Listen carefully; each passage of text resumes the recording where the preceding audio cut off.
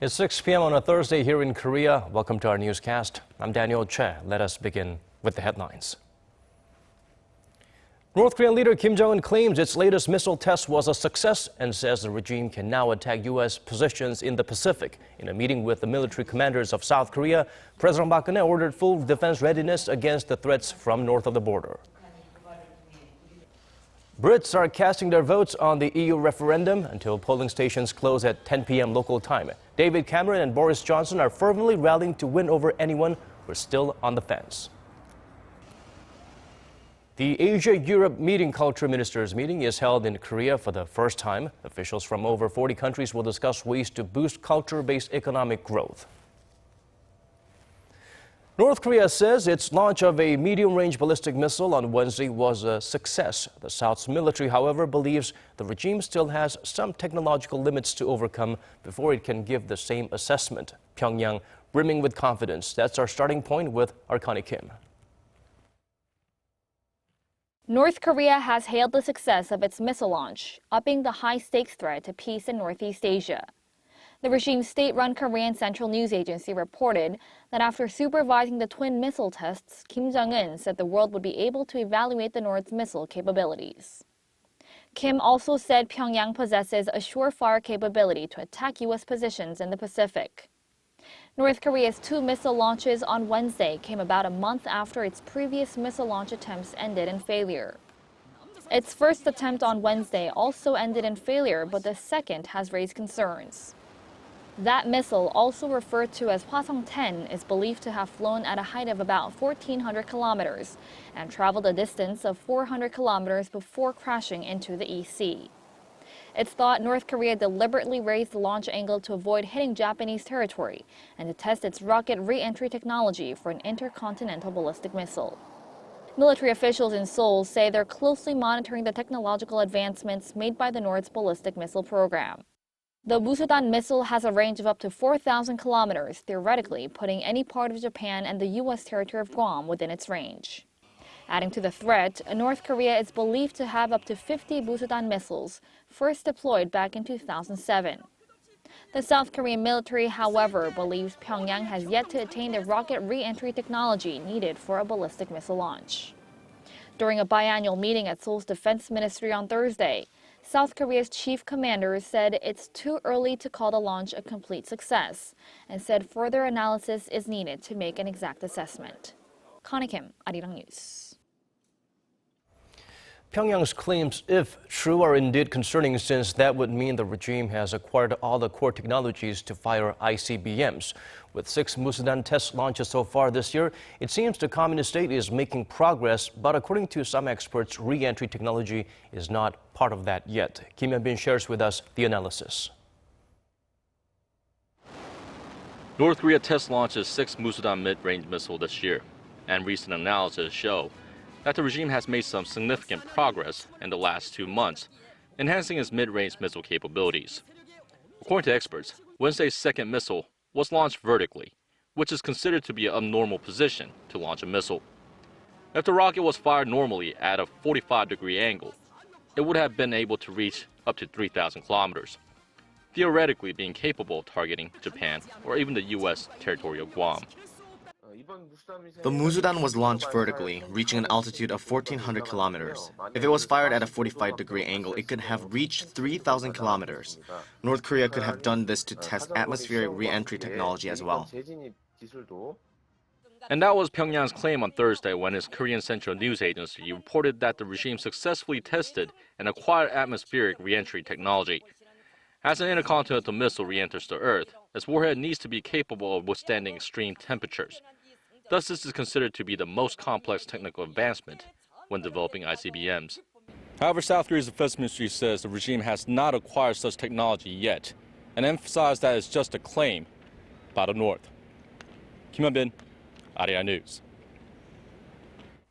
South Korean military commanders gathered for a biannual meeting to discuss countermeasures against North Korea's threats. President Park Geun-hye highlighted the seriousness of the security situation, while the defense ministers vowed to up defense readiness to a level that will make Pyongyang think twice before launching another provocation. Song Ji-san has more from the nation's top office. President Park Geun-hye ordered her army to maintain full defense readiness in case of North Korean provocations at a meeting Thursday with the chief commanders of the South Korean military that followed their biannual gathering earlier in the day. In light of North Korea's latest missile launch, President Park said that it's unlikely that Pyongyang will change in the near future and that further provocations could also be on the way. 북한이 변화의 길을 택할 때까지 강력한 제재와 압박을 계속해 나갈 것입니다. 이를 위해 무엇보다도 중요한 것이 우리 군의 빈틈없는 군사 대비 태세와 강력한 억제력입니다. Defense Minister Han Min-gu said that North Korea's provocations are at the worst level since the Korean War armistice, endangering the country's national security. The South Korean military must maintain full defense readiness to immediately counter any North Korean provocations and discourage Pyongyang from even daring to plot any aggressions. The South Korean military will continue to develop its Korea air missile defense and kill chain to equip defense systems against the North missiles by the 2020s. In alliance with the United States, South Korea will also engage in its 4D operational plan, which is a preemptive measure to destroy the North missiles that stands for detect, disrupt, destroy, and defend. Seoul warned Pyongyang if it launches another provocation and advances its weapons program in defiance of the international community, it will face even stronger sanctions and put itself on a path to complete isolation and eventual self-destruction. 송지선, Arirang News. South Korea's top diplomat says North Korea should be reminded that its latest provocative act will have, quote, unbearable costs. Meanwhile, Seoul's foreign ministry expressed its support for the measures on the regime currently under discussion by the UNSC. Gwangju reports. Seoul's Foreign Minister Yoon Byung-se called North Korea the gravest threat to the international community's nonproliferation efforts and Pyongyang's advancement of its nuclear program stubborn. Yoon made the comments at the 26th Nuclear Suppliers Group meeting currently underway in Seoul, where government officials and experts are discussing the safe export of nuclear material that could be used to make weapons if it gets into the wrong hands. As long as North Korea continues to defy the non-proliferation regime, we, the whole world, should remind North Korea that its misbehavior will have unbearable costs. Yoon also stressed the stark difference between Iran and North Korea, describing how the two were the biggest challenges for the group in 2003, the last time South Korea hosted the event. He said the biggest challenge now is Pyongyang, pointing to its fourth nuclear test in January and the two ballistic missile launches on Wednesday. On those launches, the UN Security Council's 15 members convened at the UN headquarters in New York on Wednesday. An emergency meeting was held at the Council at the request of South Korea, the US, and Japan, and discussions on a press statement were said to have been held. French Representative François Delattre, the Council's current president, said, however, the statement is unlikely to be produced within a day. In Washington, the White House clarified its stance against the launches. The United States strongly condemns the provocative actions by the North Korean government that is a flagrant violation of their international obligations. The spokesman added the U.S. will continue to work with the international community, especially with its allies South Korea and Japan, and continue talks with China and Russia on ramping up the pressure on North Korea. Kwon-soa, Arirang News. Turning to local politics, the ruling party has regained its status as the largest party in the parliament. This was made possible after welcoming back the last 3 of 7 lawmakers who left to run as independents in a recent election. Ji Myung-gil gives us the updates from the domestic political arena. The ruling Saenuri Party's interim council has decided to accept 3 independent lawmakers back into the fold after the group jumped ship during a turbulent candidate nomination process in the run-up to the April general election. With this decision, the ruling party has welcomed back all 7 of the lawmakers who defected during the pre-election strife. The party had accepted the other 4, including the much-debated former floor leader Yoo Seung-min, back into the party last week. The ruling Saenuri Party now has 129 seats, while the main opposition Minju Party of Korea has 122. That makes the ruling party the largest in the 300-seat National Assembly once again, but it does not have a parliamentary majority. With the ruling party's ranks settled, lawmakers turned their attention to a proposal from the minor opposition People's Party to establish a special committee on job creation. Both the ruling and main opposition parties welcomed the idea. The so-called Future Job Committee proposed by co-chair An Chol-soo is similar to the Future Preparation Committee that I proposed before. The 3 parties should cooperate to discuss future matters within this committee and with the participation of lawmakers and experts. Co-chair An Chol-soo has proposed creating the Future Job Committee. I believe it's worth a review as we can truly discuss future problems within this committee. If launched, the new committee will pave the way for lawmakers to discuss ways to develop the country's science capabilities, improve education to better meet changing demand, and implement structural reforms within the industrial and labor sectors. Kim Young-git, Arirang News. Over in the UK, it's time for Brits to decide their destiny. As we speak, they are casting their votes yes or no to Brexit. With or without EU, Hwang Ho-jun has the latest. To leave or not to leave? That's the question. A decision that will have an impact on the entire world, let alone the UK and the EU, is now in the hands of Britain's 46.5 million eligible voters. The latest poll suggests the race is neck and neck. As of Wednesday, support for Remain was slightly higher than for Leave, but still well within the margin of error. Leaders of both sides have passionately pleaded with citizens who still might be on the fence. The absolutely key thing tomorrow as people go to vote is to vote on the economy, to vote for jobs, to vote for livelihoods, to vote for Remain. You've got the EU Commission sitting instead of us deciding how fish stocks, our UK fish, are going to be parcelled up and divvied up. So you take back control, and I think it will be a big, big moment for democracy in this country and around Europe. Polling stations in the UK have been open since 7 a.m. Thursday and will close at 10 p.m. local time. That's 6 a.m. Friday in Korea. No exit polls will be taken, but the voter turnout will be announced soon after polling stations close.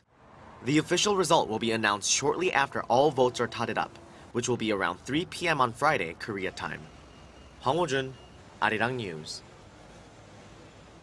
Cultural leaders from over 40 nations convened in Korea to discuss and share ways of promoting a creative economy through culture ahead of the 11th Asia-Europe Meeting Summit next month. Lee Ji-won takes us to the opening ceremony of the first ASEM Culture Ministers meeting held in Korea. Cultural leaders from Asia and Europe are gathered in Korea's southwestern city of Gwangju for the 7th Asia-Europe Culture Ministers meeting. I'm honored to hold the 7th ASEM Culture Ministers meeting in Gwangju, a hub city for Asian culture and the home of culture and arts in Korea. During the 3-day event that runs through Friday, culture ministers from the ASEM members will present their country's action plans and policies under the theme Culture and Creative Economy. The topic has been brought up a number of times during the past culture ministers' meetings, as leaders have been seeking to boost culture-based economic growth by supporting creative industries. As the value of the creative economy rises, Asian and European nations have been pouring more effort into it, adding extra spice to this year's event. The culture ministers are not only sharing and learning about other countries' policies and programs, they are reaffirming international cooperation for cultivating creative industries. And I'm sure that due to the dynamics of the city and the dynamics of ASEM process, we will have a new impulse for Asia-Europe cooperation, and also given the fact that Gwangju and Leipzig are two cities working together, perhaps also a new stimulus for cooperation between the city of Gwangju and the city of Leipzig. To work on this issue at the base level, an institute under ASEM, the Asia-Europe Foundation, hosted a policy panel on Wednesday. Officials gathered prior to the ministers' meeting to allow a more enriched and enhanced dialogue between the ministers. The foundation's deputy executive director emphasized the importance of culture in the creative economy. You have to innovate, and innovation comes from creativity. Creativity is the soul of the creative economy, is the soul of culture. Without culture, you will not have economic growth in the future. It is actually becoming a growing factor in the future of economic growth in most countries. The event also includes an announcement of the host for the next meeting in 2018 and a number of special programs, including a tour to give visitors a glimpse of the host city. 이지원, Arirang News, Gwangju. Now for some trade updates. Korea's exports to China dropped for an 11th straight month in May, the only other time the nation's exports to its largest trading partner had such a long downward streak was during the 2008 global financial crisis. The Korea International Trade Association says exports to China came in at around $9.9 billion last month, down roughly 9% from a year earlier. The pace of decline, however, made a slight improvement last month as Korea's outbound shipments to China have been posting double-digit drops from December last year to April. According to the report, key export products like semiconductors and auto parts have been suffering from sluggish Chinese demand.